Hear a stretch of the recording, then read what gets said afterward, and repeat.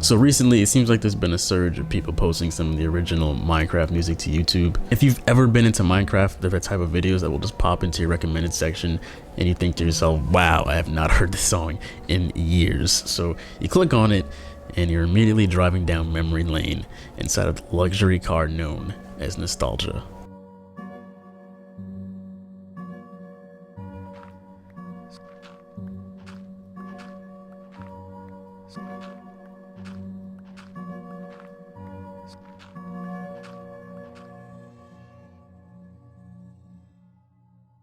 I originally heard about Minecraft through the greatest podcast of all time, Dig Nation.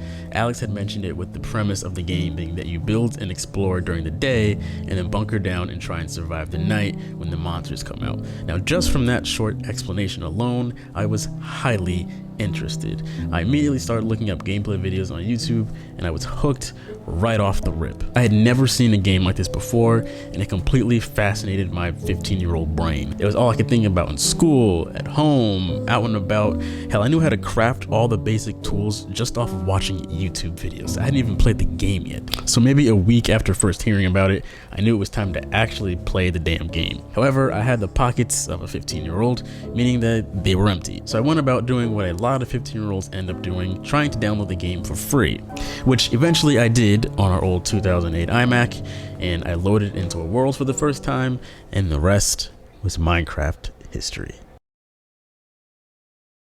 Every Minecraft fan will always remember what surviving their first night was like. I guess because it throws you into a completely new environment, and within that first day / night cycle, you're forced to make it or break it. And everybody has a similar experience, but nobody's is quite the same. And because of that, it's an experience that a lot of us will always vividly remember.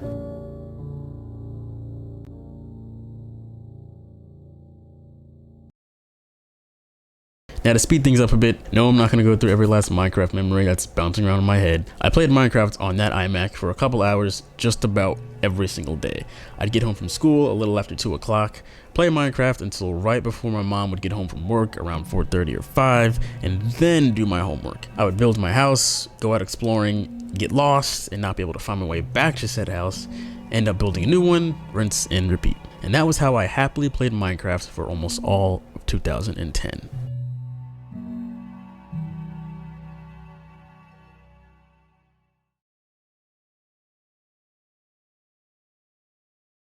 I continued to play Minecraft almost every day, but it was always by myself. At the time, if you wanted to play with other people, you had to actually create a server or join one, like actually physically create a server. I was not about to pay to join a server, and all the free ones were just cancerous. So that summer, I created my own server using the same computer that I was playing the game on. So you can imagine what that experience was like. What's the recommended amount of dedicated RAM?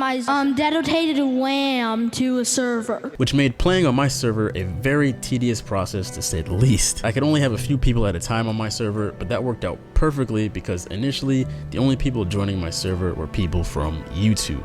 I made a video on my then YouTube channel looking for anyone who wanted a free server to join, and ended up getting a handful of kids who would play with me on a regular basis. Then those kids would tell their friends, and their friends would tell their friends, and so on and so forth.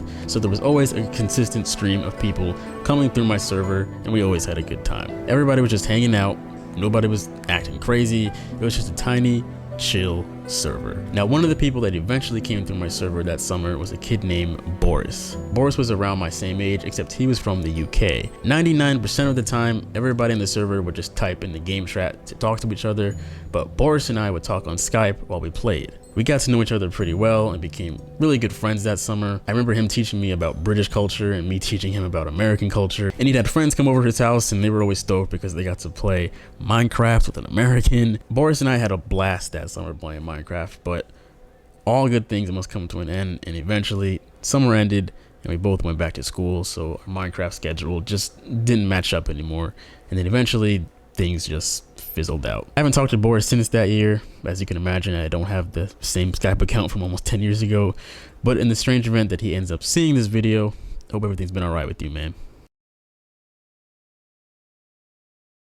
2012 was my senior year of high school. Did I use that school year for last minute SAT prep, or applying to 50 different universities, or attending the last high school parties of my life?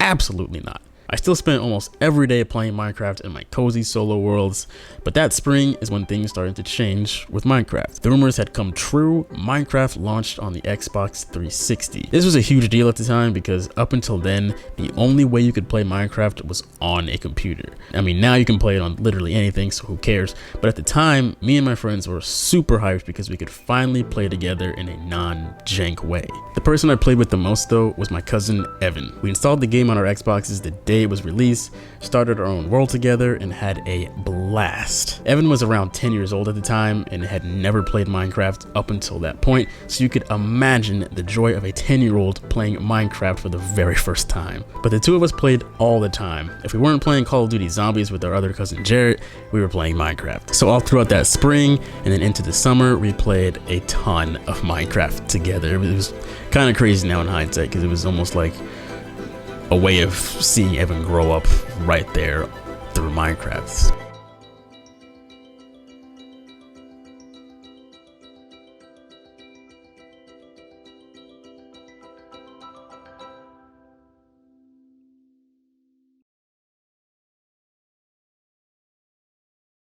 Now later that year, I went away to college, and I still remember setting up my Xbox in the dorm room, connecting to Xbox Live, and playing Minecraft with Evan the day I had moved in there. My roommates Morgan and Ryan, who ended up becoming two of my very best friends, they would play Call of Duty with us, but would never touch Minecraft. They just watched our Minecraft shenanigans from afar. Now later that year, we all went home for winter break, and at the time, Evan and I were trying to build a city in Minecraft, like an actual life-size city. So it was taking us forever, especially since there was only two of us. On Christmas Eve, we were working on our city and knew we needed to call in some help. So I tweeted to the late great Yodi Slaya asking if he could retweet my call for Minecraft help. He did, and a handful of people joined our world to help us build the greatest city ever created.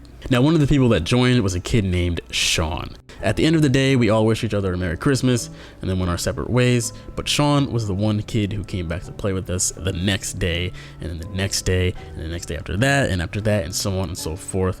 And just like that, at the very end of the year, we had our own little Minecraft group between the three of us.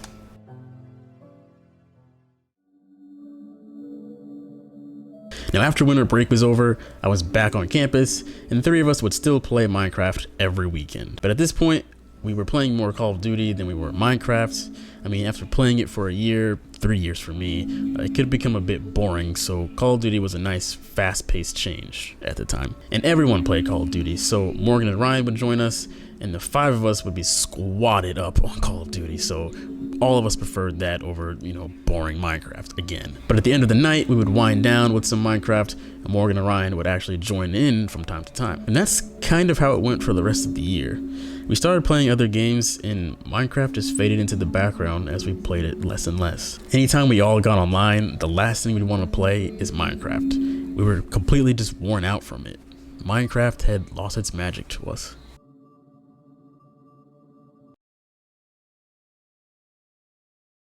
Now I skipped ahead quite a bit because, well, over that 7-year stretch, I didn't really play much Minecraft. Maybe once a year I'd get a Minecraft itch, played exclusively for a week or so, but that was about it. Most of the new updates made me roll my eyes instead of making me want to start a new world. And our group had branched out to all new games, so if the squad wasn't playing it, I certainly wasn't about to play it on my own. Minecraft was far, far behind me, and I was completely fine with that. Until maybe 6 months ago. One of the songs from the original Minecraft soundtrack came up in my recommended videos here on YouTube. Out of pure nostalgia, I clicked on it, and it was like someone took those years of memories and dropped them on my head all at once. It's crazy how music can do that to you. Take you back to the place you were when you had some of the most memorable moments with that song playing in the background. It had been years since I heard Sweden, and it most definitely made me tear up, not even gonna lie. because it felt so good to vividly go through all those memories again with that song playing in the background. Remembering all the creations and conversations we all shared, all of my friends, when we were just kids, starting worlds and getting lost.